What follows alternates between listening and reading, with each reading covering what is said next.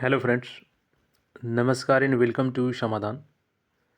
साथियों, उम्मीद है कि आप सब अच्छे होंगे और साथ ही साथ आपकी स्टडी भी अच्छे से चल रही होगी। साथियों, सीजीएल 4 वैकेंसी सचिवालय सहायक प्रशाखा पदाधिकारी की वैकेंसी से पहले यहाँ पे बहुत बड़ा बदलाव किया गया है। आपकी जो नियमावली है उसमें चेंजेस किए गए हैं। और जैसे कि आपको बता दें कि ऑलरेडी इसमें कुछ पोस्टों का रोस्टर क्लियर हो चुका है, जिसमें आपका 1064 जो एएसओ है इसका ऑलरेडी क्लियर है आपका रोस्टर। इसके अलावा 100 जो 24 पोस्ट है ऑडिटर का, ये भी क्लियर है। इसके अलावा जो योजना सहायक है जो लेवल 7 का होता है, 88 पद इसका भी क्लियर है। देखिए, योजना सहायक का पद भी अच्छा होता है, सचिवालय सहायक के बाद इसका प्रमोशन भी सही है। और योजना विभाग में और इसका जो होता है पोस्टिंग होती है। और नियमावली जो है ना, इसमें चेंज किया गया है। 2025 का लेटेस्ट अभी आ चुका है, इसी मार्च में आपको अपडेट कर दिया गया है। और इसमें है ना कि जो नई विभागें हैं उसको भी इसमें शामिल किया गया है। तो यहाँ पे जाहिर सी बात है, सीटों की संख्या बढ़ने वाली है। इनकी भर्ती भी अब सीजीएल के माध्यम से होगी। तो इसमें कई सारे एएसओ के पद हैं और भी सारे पद हैं। तो यहाँ पे देखिए, अभी क्या मौका है ना, आपके पास बीएसओ है ऑलरेडी, उसका डेट आपको पता है कि 1 अप्रैल से आवेदन होगा। और देखिए, उसका एग्ज़ाम जल्दी लिया जाएगा। ऐसा नहीं है कि वो बीएसएससी के माध्यम से है तो आपका एग्ज़ाम डिले हो जाएगा। जून में उसका एग्ज़ाम लिया जाएगा। और इसके अलावा बीपीएससी असिस्टेंट है, जिसका एग्ज़ाम डेट ऑलरेडी आपका जुलाई में है।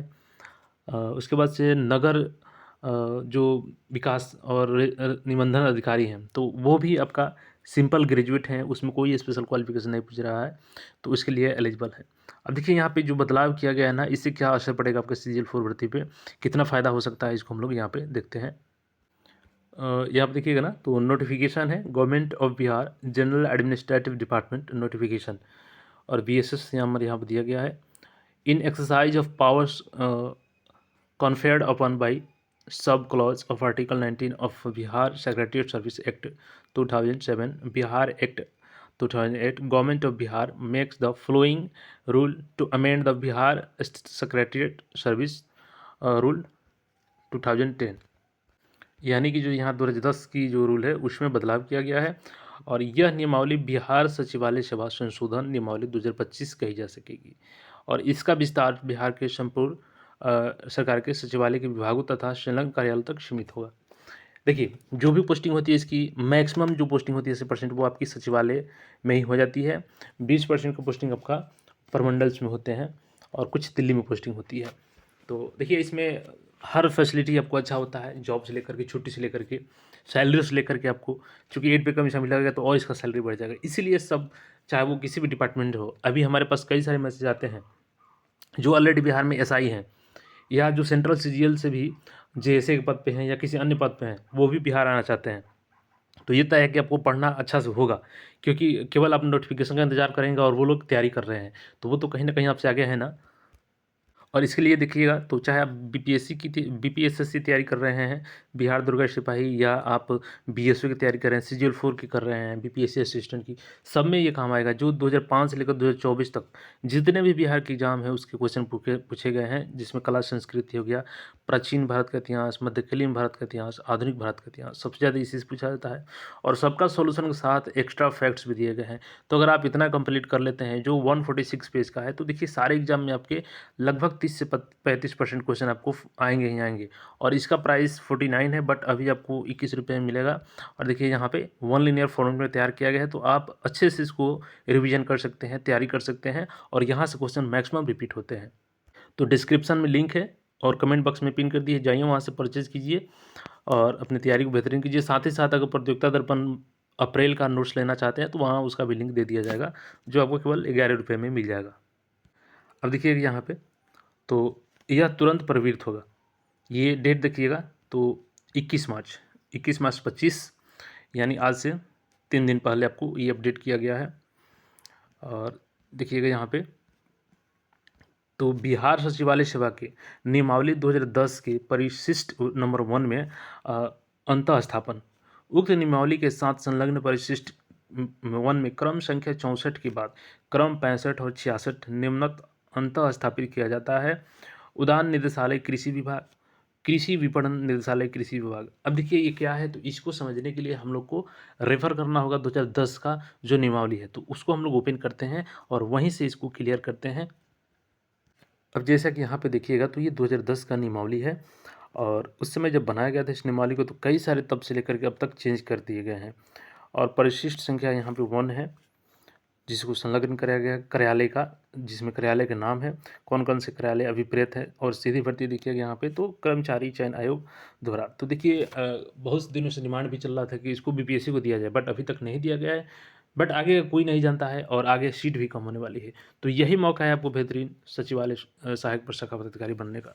तो देखिए सीमित प्रतियोगिता परीक्षा ये है आपका, वो आगे देखिएगा यहाँ पे। तो ये देखिए आपका सहायक, जो अब इसका नाम ऑलरेडी 2024 में इसका नाम बदल कर क्या कर दिया गया है, 2023 में ही इसका नाम बदलाव कर दिया गया लास्ट में 2023 के, और इसका नाम हो गया एएसओ असिस्टेंट सेक्शन ऑफिसर। नियुक्ति के पदाधिकारी इसका सचिव, कार्मिक एवं प्रशासनिक विभाग होता है। इसके बाद जो आपका प्रमोशन होता है वो प्रशाखा पदाधिकारी के रूप में, गेजेटेड अफसर के रूप में होता है। उसके बाद आप बनते हैं अवर सचिव, फिर उप सचिव बनते हैं और समतुल्य बनते हैं। लास्टली आप ज्वाइंट सेक्रेटरी तक जाते हैं। तो ये आगे चलकर आपका समूह जो ग्रुप बी में होते हैं और आगे चल के आप ग्रुप ए में तब्दील हो जाता है आपका जॉब। तो बेहतरीन प्रमोशन भी है यहाँ पे। अब देखिए जो मेन बदलाव किया गया ना, उसको हम लोग समझ लेते हैं कि आखिर उस बदलाव से क्या फ़ायदा होने वाला है अभ्यर्थियों को। तो नीचे हम लोग आते हैं परिशिष्ट नंबर 1 में। देखिए यहाँ पे परिशिष्ट नंबर 1 है और इसमें है संलग्न कार्यालयों की सूची।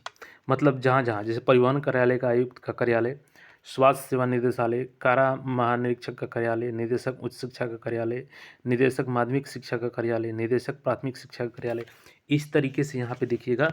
तो टोटल पहले कितना था, यहाँ पे नीचे आइएगा तो 45, 48 और यहाँ पे आएगा तो 61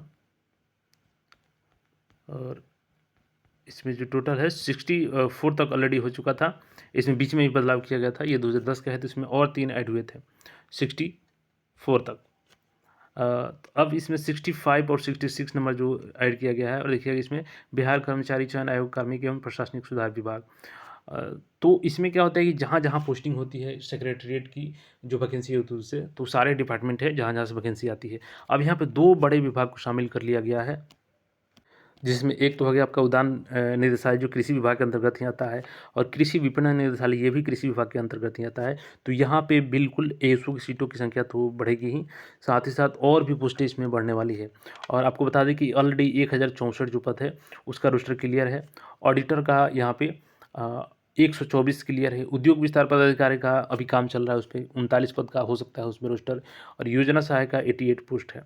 तो इस सारे पोस्टों पर वैकेंसी आएगी, और नई जो डिपार्टमेंट ऐड हुई है वहाँ से भी वैकेंसी आएगी। तो बस आपको करना है तैयारी, इंतज़ार नहीं करना है। देखिए नोटिफिकेशन तो आएगा, इसमें कोई डाउट नहीं है, बस डिले हो रहा है, वो किसी न किसी कारणवश से हो जाता है डिले, तो उसके चक्कर में ना पड़ के आपको तैयारी करना है, क्योंकि देखिए इलेक्शन है तो कुछ भी संभव है। हो सकता है कि नोटिफिकेशन आने के बाद में भी आपको चांस ना मिले, ज़्यादा समय ना मिले पढ़ने के लिए, क्योंकि इंटर लेवल यही मेन पैच है। इंटर लेवल जैसे क्लियर होगा ना, उसके बाद एग्जामिनेशन का दौर शुरू हो जाएगा और एक-एक करके सारे एग्ज़ाम को कराया जाएगा। तो यही मौका है बेहतरीन आपको एएसओ बनने के लिए। तैयारी अच्छे से कीजिए और प्रीवियस ईयर को ज़रूर पढ़िए। बाकी अन्य कोई क्वेरी हो तो कमेंट करके पूछ सकते हैं, और फिर मिलेंगे नए अपडेट में। तब तक के लिए चैनल से जुड़े रहें। धन्यवाद।